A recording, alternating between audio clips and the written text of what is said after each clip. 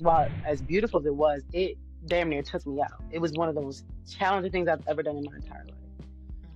And I've been on a journey since then to say yes to myself more because I stretched myself so thin and then so much came after. Over the last 20, 30, 40 years. It's nothing's, I never feel as if anything's lost. Like nothing's wasted. Like everything is really tied into what makes us great. With the fact that I had been preparing for these moments for the over a decade and a half, so it kind of like this beautiful mix of perfection and timing. And I'm grateful that I did it, that I made that leap. I think the easy yeses are, low level, low hanging fruit, right? But Yes. the radical yeses, in my opinion, are the absolutely most difficult. And it usually is the ones to yourself. So saying no to your old self in the biggest ways, the ways that impact your well being in your life the most, I think, is what makes it radical. And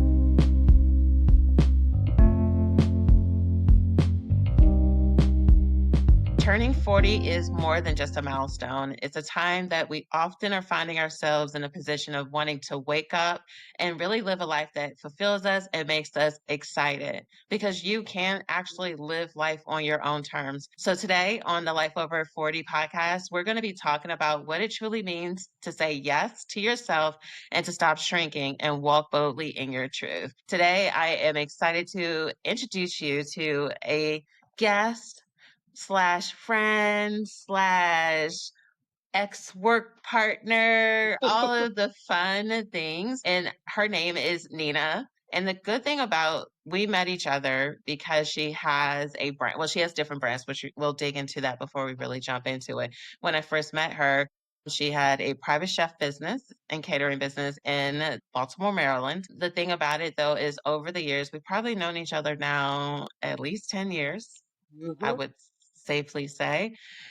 And she's been able to do amazing things inside of her business and her brand and all the new and exciting things. And the whole goal with the conversation about life over 40 is to really stop this narrative of thinking that everything just ends. In reality, it can be this new opportunity for you truly to take the chances, take the risk, and to just say yes to yourself to create something that you truly love. So thank you so very much for being a yes today, Nina. Thank you for having me. So, for those that are wanting to learn a little bit about you, share a little bit about your background story, and then we'll dig right into the conversation today. Okay, so I'm Nina Love, and I am originally from Brooklyn, New York. I spent a lot of time in the DMV where I met Jesse. I created a really amazing brand around food and beverage and wellness. It had many iterations in terms of the name, but it always included love. And so I currently now am the CEO and executive chef of the Love Experience. I'm in Detroit, Michigan. I've been here for about 3 years. I've been a chef and culinary artist and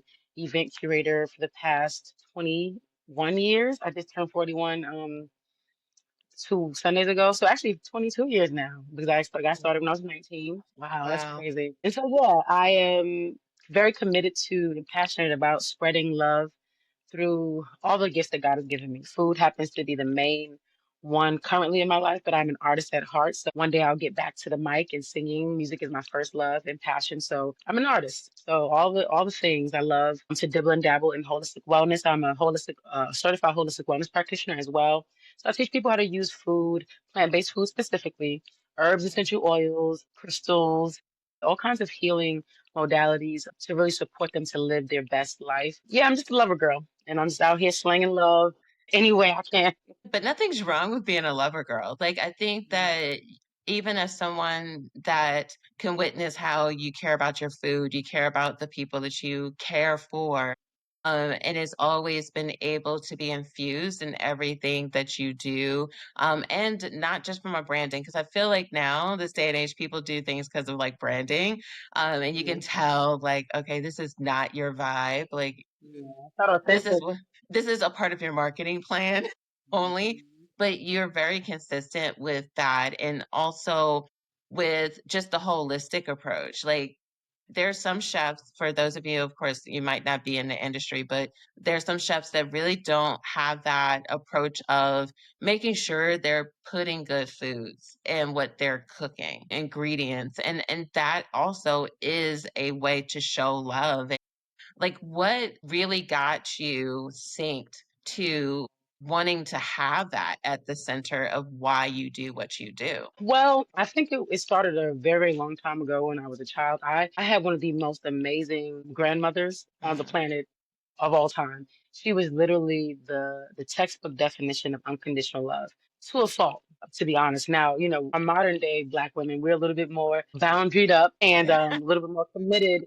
to our own self-preservation and self-love. But she was I would say the textbook definition of unconditional love. But I didn't get the negative parts, right? And I didn't understand those things as a child. I just saw what I experienced as pure love, right? From straight from God to her to the world.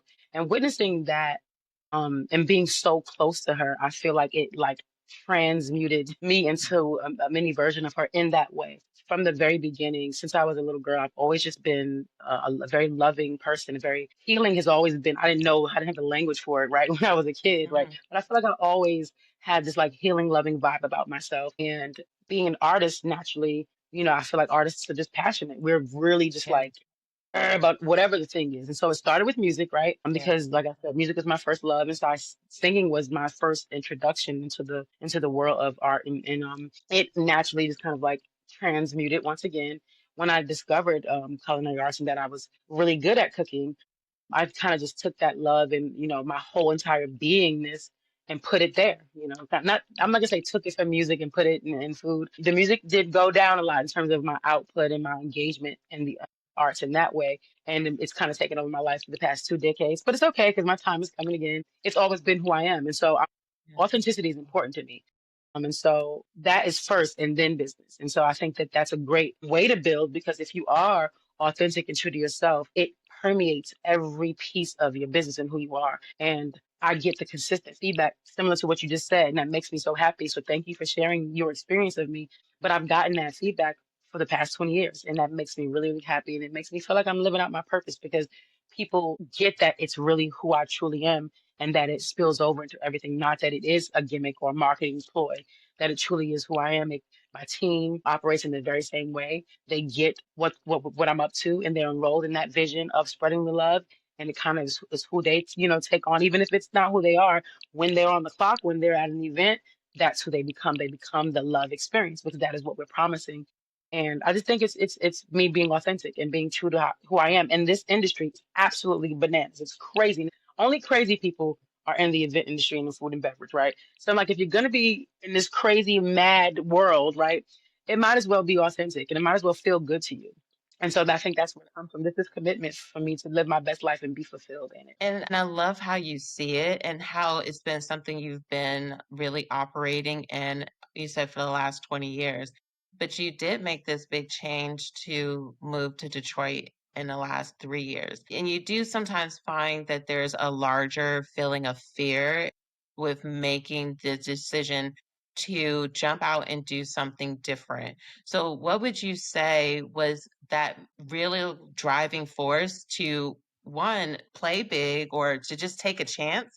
Because even the thought of taking a chance to move is what stops people from even making that decision. So what got you to the space to say, you know what, I'm ready to make a change. I know that I'm now what 38, 39, and I'm like, should I stay? Should I go? Was that even a feeling or a fear that you were even encountering?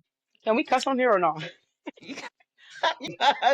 So to be completely honest with you, at 38, my life, I feel like at the time that wasn't the case because clearly I made it out. But I felt like my whole world had been turned upside down. I felt like my life was Mhm. a shit show, and I was like, I don't know what the hell's happening, but something's got to give. And I didn't have anything keeping me and tying me to Baltimore. And Yeah. I sold my house. My brother, That she who was bought like 2 years before, no, y'all. 5. I was there 5 years. Okay. So my brother was here in Detroit doing amazing, amazing things here with an organization called the Michigan Black Business Alliance. And he's like, look, if you can do what you're doing in Baltimore, I know that you're going to kill it here. You gotta come. And at first I was like, Detroit? No. Like, why? I had never been to Detroit, but I know my brother. I trust him. I love him, and I know he would never bring anything to me that wasn't solid. And so I had to weigh my options. I'm like, what am I staying here for? I have been grinding, and because I was grinding with you. Yes. We were working really grinding. hard, and it just wasn't the things that I knew I was capable of and that I wanted to do. It was not happening at the pace, and I know it was, we were like right off COVID, like, so I Yes. get it. But the thriving business scene, especially for Black business, small business here in Detroit, it was just the pulse, the energy, the robustness of the ecosystem. It was undeniable. I would have been a fool to not go, to not come, Mhm. actually.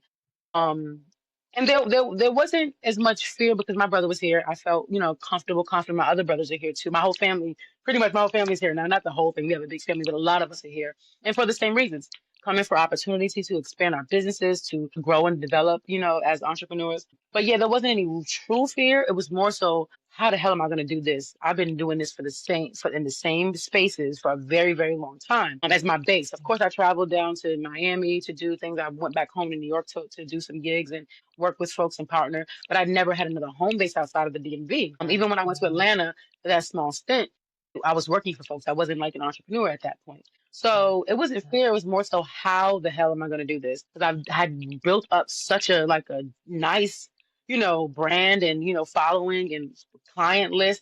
Even though I wasn't quite where I wanted to be, I felt like I was comfortable in what I had created. And so that was more it than anything, is just the how. But when I got here, it was very clear and evident that this is exactly where I was supposed to be. And in 3 years, I've not been able to do it down in the DMV in what, 15 years, what I was Yeah. able to do here in three or more. And I know it's because of the ecosystem, not because my brother, is who he was, but because of the ecosystem and the opportunities that all of these amazing business organizations in Detroit have been working so hard to create, and all the access that they have been curating with these organizations, coupled with the fact that I had been preparing for these moments for the over a decade and a half. So it kind of like this beautiful mix of perfection and timing, and I'm grateful that I did it, that I made that leap. And I love that you said the preparation. And so it was like I heard three things. First, you felt the discomfort of something not being right. So, like when we're talking about saying yes, we get the ability to choose, do I stay in long suffering? Like, I know that I'm not happy. I know that I'm not feeling fulfilled. And I feel definitely as we get closer to 40, that if we're in that space, I feel like it almost like sits on our shoulder. Like we just like some and you're Exactly. trying to figure out like how do I get out of this feeling. So it doesn't matter if you're listening to this and you're not an entrepreneur. There might be something. This is why sometimes with women that have kids and families, they find themselves in this position where I need to change something. Like it doesn't matter what your dynamic is, but I hear like there was something I knew I could do more. Like I have to find out, how do I actually experience that. The second thing that I also heard was like you knew that there could be something better for you. Because one thing is knowing that there's something that's not working. The second thing is like there could be something better and you being open to that. And then the third thing I heard from your share was preparation. Sometimes what we'll look at is the things we went through over the last 20, 30, 40 years. It's nothing's, I never feel as if anything's lost. Like nothing's wasted. Like everything is really tied into what makes us great. And those experiences really, I can only imagine like once you got there and you started to really get your footing and your traction, it probably even made you feel more grateful for those experiences that you had in the past. Would you say that that's the case? Absolutely, because I was able to look back and be like, this was all God. Like literally, every moment prepared me for the next. So I don't know if you know this, but last year I catered for the NFL draft. The NFL draft was here in Detroit. I catered for the NFL draft as one of the official, caterers for the actual NFL production team that Yeah. produced the draft. I built a kitchen from scratch and a dining room with like the area is just an open space right now if you were to go down to what we call Hart Plaza. But Okay. in a tent, I built a kitchen and a dining room and fed 3,500 people over 7 days for the NFL draft. Had it not been for those years on Capitol Hill at the Pentagon and, grinding in Baltimore and in DC, I'm just kind of like using everything that God has given me, there's no way Mhm. I would have been able to execute that. No way, because even though I didn't even know what I was doing when I was getting into it, because there's nothing that prepares you for that specifically. But what I realized after the fact is every experience and all of those things was preparing me for that moment. to be able to pull all those skills and all those, just like disciplines that, go within the overall, just catering and food and beverage service, just curation. It's like I literally was like, Mhm. this is what that was all for. This literally, it culminated into this one opportunity to literally show what I'm made of. And that's exactly what we did. We killed it, but it was very evident that it was all those years of preparation that got me to that. I think that that's amazing and major congratulations on it. Thank you. And one of the things I did end up seeing, like a statistic, they said that women over 40 are the fastest growing demographic of entrepreneurs in the USA as of right now by the National Women's Business Council. When I heard that or read that, I was like, what? Like, It makes sense how? though. Yes, it does. And like with you sharing your story, which has been extremely powerful, like, can you really let us know, like, did you ever feel this moment, or was this your moment where you're like, I have to say yes to myself? Like, I feel that there's this challenge and I know something is different. Like, what made you feel as if you were saying yes to yourself, or if there was another moment that you had that you could think of that makes you think about that? Honestly, that that experience, while as beautiful as it was, it damn near took me out. It was one of the most challenging things I've ever done in my entire life. Mhm. And I've been on a journey since then to say yes to myself more because I stretched myself so thin and then so much came after. It's like the floodgates have been opened. And so within the last few weeks, actually, which is so interesting that we're here talking about this today, I actually had to put my foot down with myself and decide that I get to say yes to myself post 41 in a radical way. Like I've been paying it lip service a lot because I've been getting to a point where I'm feeling like I'm starting to, break. I'm starting to get to that, burnout phase. But I have always had such great capacity that I didn't have capacity. But I didn't know what my limits were. I mean, I honestly still don't, and I don't want to find out anymore. Right? Before I Yes. think I was on automatic, and I just was like, I can, so I will. And now I'm like, Mhm. yeah, no, I'm only doing what feels good, and it has to make sense, and it has to not break me. If it has to break me for me to get it, I don't want it. And Mhm. so my yes, my radical yes, literally was after 41, which was 2 weeks ago. I I love the radical yes. Like, in your words, what makes it radical to you? When it's really hard. I think the easy yeses are, low level, low hanging fruit, right? But Yes.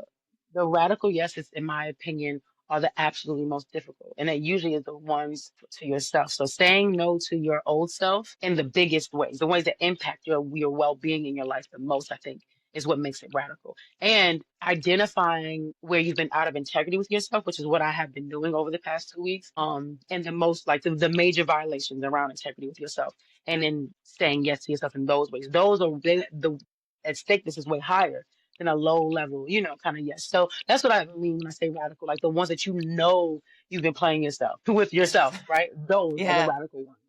Like not eating, like not, just taking care of the rest, like not taking your vitamins and you're 41. What do you mean you're not eating and you're not taking your vitamins? Like that's crazy work. And then you're like, I don't know what's wrong with me. Like you're about to wither away. That's what's wrong with you. But that's so real. I mean, and the thing is that with I love how you describe radical. And then saying yes, I think that sometimes maybe because we see people make it look easy. That was the poster child. I was the poster child. I could because I started to like notice the people. I'm like, y'all don't see I'm dying. Like, and I was like, Mhm. oh, it's because everybody sees me as this strong, powerful, like just, oh my God. And I am sick of that. Period. Mhm. I'm done. I don't ever want to be looked at as strong or resilient. I saw this post the other day. I'm like, oh my God, that is so mean. Keep those words. I don't want none of that shit.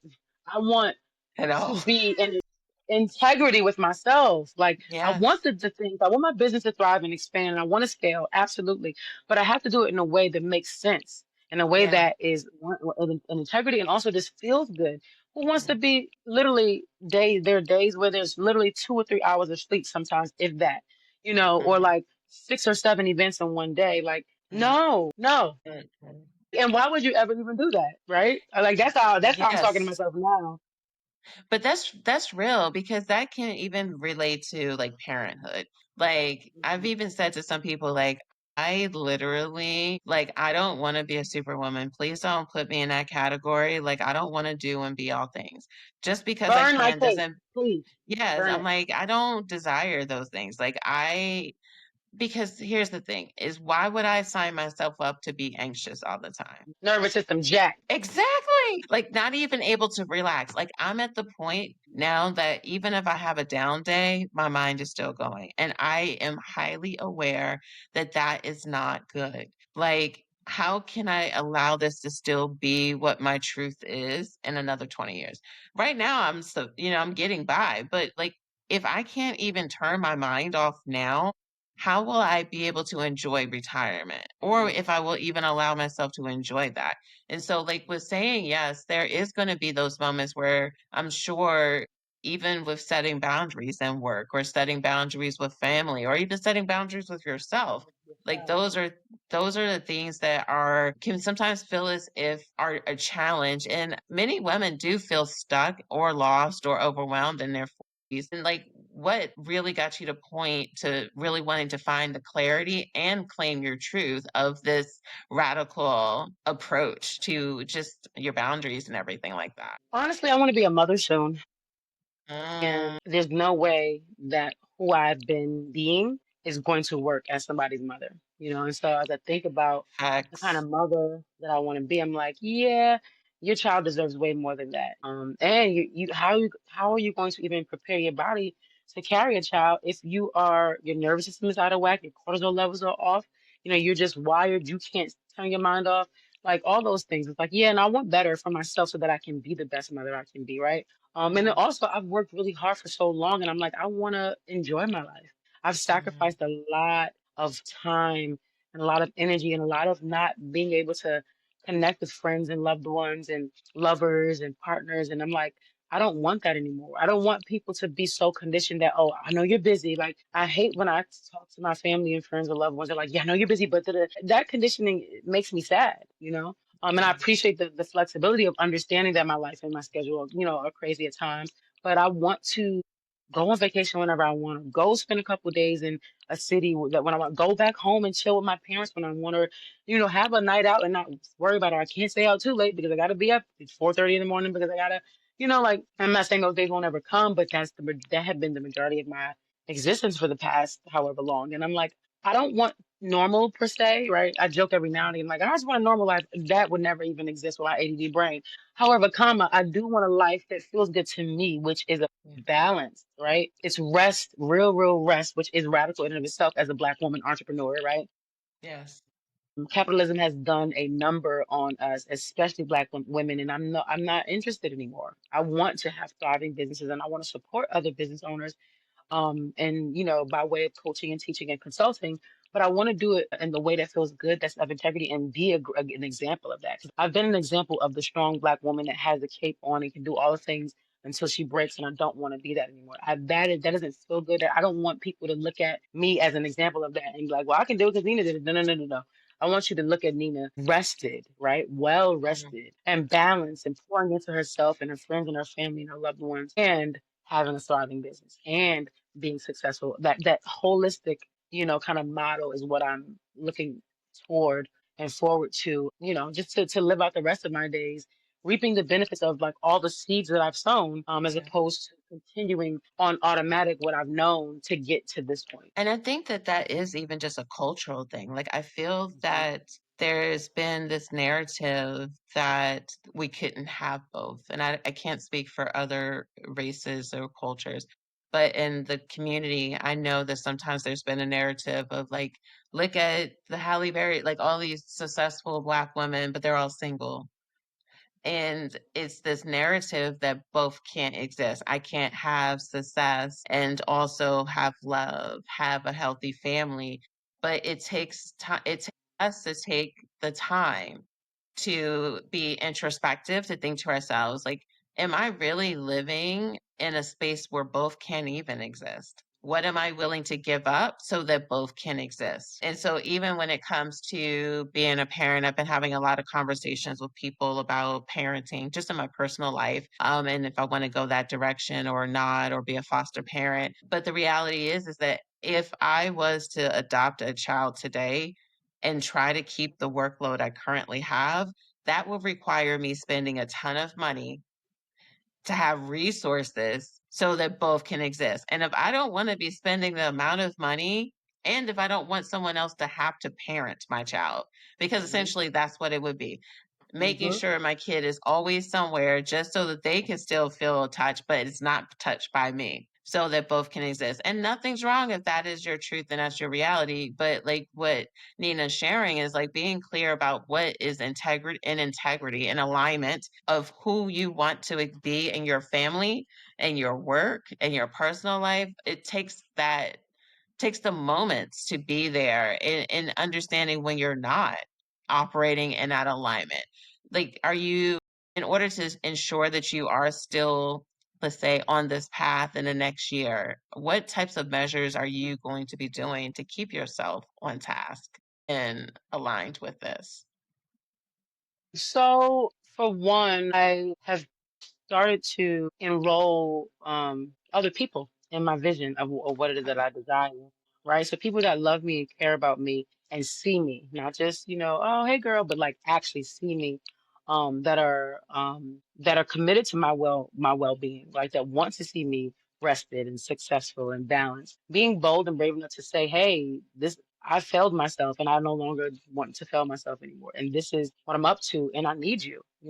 Being vulnerable enough to say I need support. I don't know how to do this. I know what I knew. That's what I did. That's why I did it, right? So accountability, partners, having people that love and care about me and support this new path that I'm on. Because some people aren't going to support when you start to say no to all the things and yes to yourself more, because that includes them. Yes.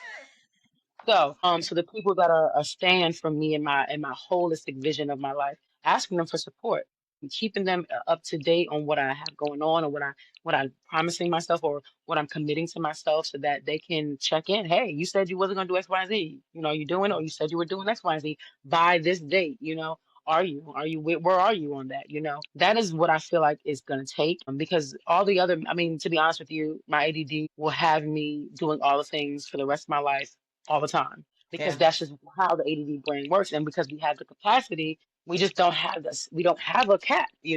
And so enrolling people that, like I said, that see me, that love me, care about me, just to keep me on task, to keep me accountable, and using my resources and tools, putting the things that I say that I want, writing them down, and actually creating actionable steps. So every year when I do my yearly goals, I actually create an exercise I used to do with my village when I was in Baltimore, create an actual, smart plan around how we actually getting to that goal, because we put goals on our whatever, our Yeah. board or in our journal a lot every year, or every time we get a little, tick of energy, like, yeah, I'm gonna do it. And then there's no follow through, right? Because Yeah. it's a dream in essence. If you have these aspirations, but you don't actually have actionable steps to get there, it's really just a dream, which is nothing wrong with that. But we all need to be realistic. And if you want a dream to go into goal space, it has to have actionable steps for how you're going to actually get there. So using those methods, like, making the things that I am committing to myself for my personal well-being actually goals, and making creating actionable plans for them, and using my actual calendar for myself. So Yeah. as a person that has ADD, calendars are huge, super, super important. If it's not on my calendar, it doesn't exist. And so that's how I'm able to manage the crazy, right? Because Mhm. everything lives in my calendar, and I get to now create the Nina calendar. Like, what is my daily schedule around my well-being? And I've started before. It's not new, but what's different now is I'm actually sticking to it and telling people in my life about it, so that others know and can support me in getting back on track. And so it's like scheduling my meditation, scheduling my stretching daily, scheduling my vitamins, all the things that I forget because of my brain or because of my schedule, putting that on the calendar as like I would put an event, like I would put a trip. Yeah. Keeping my tools close to me, like, and acting on things. I know one of the things that, because of my forgetfulness, that's one of the ways in which I experience my ADD, is my memory. I can remember the craziest minute details of crazy things that you'd be like, how the hell would you remember that? But then I won't remember, like, what I just said 2 minutes ago, or something that I said I needed to get yesterday. So being more diligent about doing things in real time. So like, hey, I need X, Y, and Z for my wellness list. Don't say, hey, I'll get to it later. As soon as it comes, do it. Literally, or put it in my calendar or my alarm with a time to get it done by. So that it'll snooze and just like it, for when you're waking up. Just really using my tools that I use to organize my life for business and for leisure and for things like that to actually hold myself accountable to the things that I said I was going to do for myself. That it's like because it's enrollment. Like, and I feel that when you enroll others and you do tools and skill sets to enroll yourself, because that's if we're focused on the pain, then it's hard to stay consistent.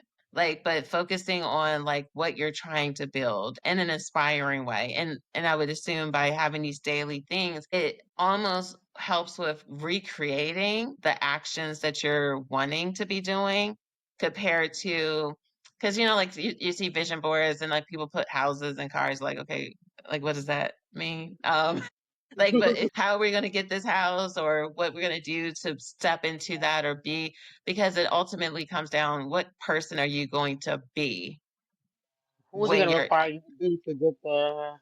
The other thing too, man, I lost it. It's the one of the other tools that I'm going to be employing that I have started is being more creative about how I get to make all of this work, as opposed to being mm, overwhelmed by it and feeling stuck and confused. Like my load is not going to lessen, right? So that's yeah one of the pieces that I had to really accept. Is I was like, it's just so much, it's so much. I need it to be less, and like that's not going to happen, right? But getting more creative around how I get the work done. For instance, the seasons are changing. I love, love, love, love, love nature. I'm a Taurus. I love to be outdoors. So being outdoors working. So going to Belle Isle or going to the Quindercut, which is one of our outdoor spaces, to work, or get all the tools that I need, get my setup and work outside. So now I'm getting my sun, my vitamin D is activated. I can take a break and do my workout if I want and then get back into work, have folks meet me outside. So that I'm feeling good about the work that I'm doing. Or I pay a lot of money to be a member at Lifetime Fitness. I love that place. I can work from there. So spending the day there and working, taking breaks to eat and nourish myself, taking breaks to work out, taking breaks to be at the spa and relax, which is my favorite part, which is where I'm going tonight after we finish. So yeah, like just being more creative about how I get to fit it and how it gets to feel good as opposed to thinking, traditionally about the things. Getting creative and thinking outside the box. I love the Nap Ministries whole brand. And one of the things that I have the rest cards and I have the books and all that. And one of the things they talk about is like getting creative around what rest looks like because rest is going mm. to look different for us at different stages of our lives. And, just for different people, rest looks different and redefining what that can look like. So yeah. I love that. Like that is so actionable because the next question I was going to ask is like, what does self love actually look like in practice? But not like some people like self love is I just do yoga. Like I feel like sometimes it can be very pretty versions, Instagram, but not like what is the real working.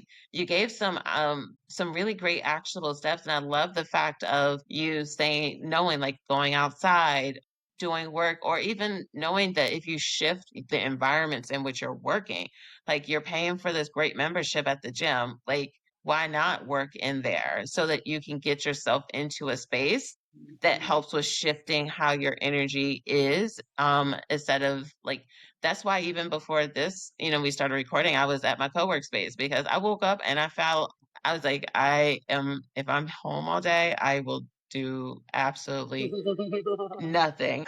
And I have to be out of the house by like 7:15, 7:20, so I can get to the parking garage and get the best parking. And it was 6:55. I took a shower, got ready because I knew if I would have stayed home with how I was in an energy space that I would have been completely unproductive. And I love how you share that self love and self care is just learning how to regulate yourself because there are going to be some days, some moments where it won't feel the best. You won't be perfect. And it's probably not even being focusing on perfect. It's just finding what is consistency for yourself to kind of redirect yourself to get back on plan. Would you agree? Is that how you also see it? Absolutely.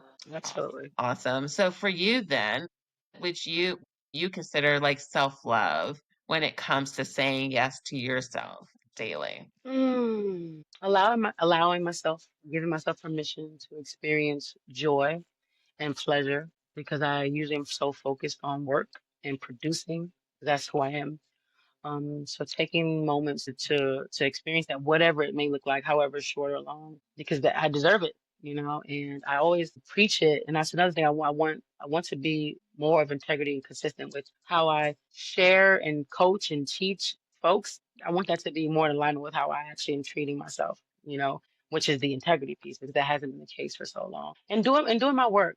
Like that is self love. I think most people think, like you said, yoga, spas, and trips and stuff like that. But I always am aspiring to be the best person I can be, the best me I can be for myself first, and then for everyone that I'm in relationship with, on any level. And so, allowing myself um, to get feedback from those that I'm in relationship with that are also doing the work. Because you can't give me any feedback if you're not doing your work, because I don't have no space to hear. But being honest and authentic with myself around, just the ways in which I'm showing up, you know, taking every, the day of, looking at the day before and checking in. Hey, did I rise to the occasion yesterday? Where were my breakdowns? What can I do differently to avoid, like, kind of treating my life, once again, I'm really good at business, how do I take those things that I've developed and have in place for business and apply them to my life, such that I have my life turn out the way that I want to, even though I'm navigating this new territory of, saying yes to myself more and being more of integrity, but still holding all that I hold. And it just keeps getting, because like the more I do, and the better, I get at what I do, the more comes on the plate, is the more expansion comes. So it's like, yeah, this is not gonna slow down anytime soon. So yeah, And one word, well, three words you use, and you've used it a couple of times, is I deserve it. Like, I think that that's major to even, like, one, affirm it, but also to believe it. That can sometimes be the hardest part for some people to even start the process, is realizing that you deserve to say yes to yourself. You deserve to have a life that's fulfilled. You deserve to be able to live day to day in a space that's fulfilling. And until you can get to the point of thinking to yourself that I deserve, you only will give as much effort towards that being a reality that you actually think is possible. So, like, all of what you're sharing about enrolling people, finding different ways to work, saying yes to people, saying yes to what you want to say yes to, saying no to what you want to say no to. But if you don't think that you deserve to even voice that, you won't even, like, you won't even say anything. And I love that you say that. It's like, I deserve, like, the clarity of saying, voicing, like, I know that I deserve to have the things in which are on my heart. So I acknowledge you for that. I love that. You're so very welcome. So one of the things that I wanted to kind of like shift into is, like, now that you have this clarity and that this is the direction you're going into, what advice would you give a woman that's listening that may be in a place where they're just afraid to step into the power of saying yes to themselves because they have just been in this mode of always fixing, doing everything for themselves, or just being a provider for everyone else. But now you're just wanting to be able to start stepping into what you believe that you deserve. What advice would you give to someone that's listening today?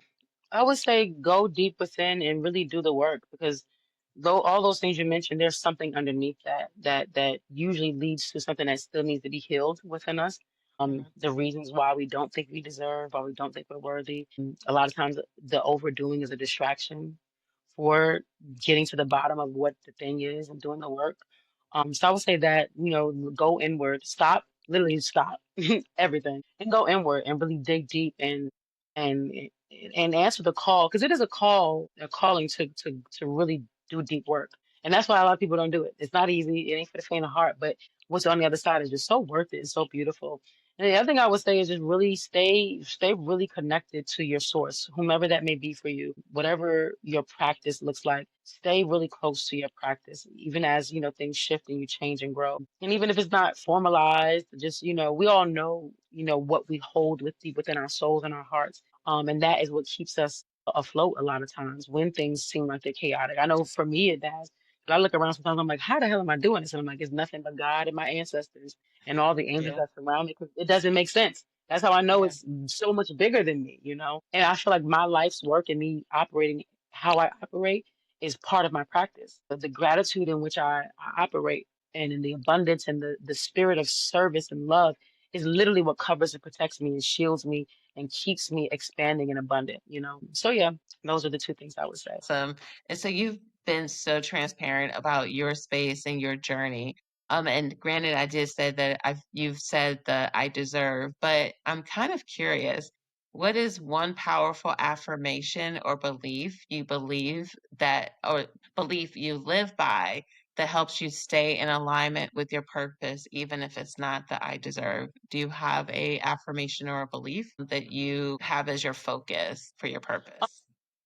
I do, and it's pretty much I get to leave this world better than I found it. Every person, place, thing, experience, event, anything I touch, I get to leave it better than I found it. And that's how I know I'm doing my job. That is so awesome. I love that. So today's conversation has been for me, I've gotten a lot of it out of it. And I hope that anyone that's listening to this recording is really getting something powerful and thinking about how can you start saying yes to yourself and having this radical approach to your own self-love. And Nina Love is living proof of what is possible when you do say that and what it does take to step into that daily. So whether you're 40, 50, 60, or whatever age you are, it's never too late to rewrite your story and walking your truth. And I would love for you to share how can people connect with you, Nina? So if anyone wants to stay connected with you later on. Absolutely. So I am Nina Free Love on Facebook. The business is The Love Experience. And on Instagram, I am Queen Nina Free Love. And the business Instagram is the dot love underscore experience. Fantastic. So if you have found this episode stirring something up in your spirit, please share it, leave a review, and subscribe to the podcast. So your next chapter is awaiting. And thank you for saying yes and listening to this episode.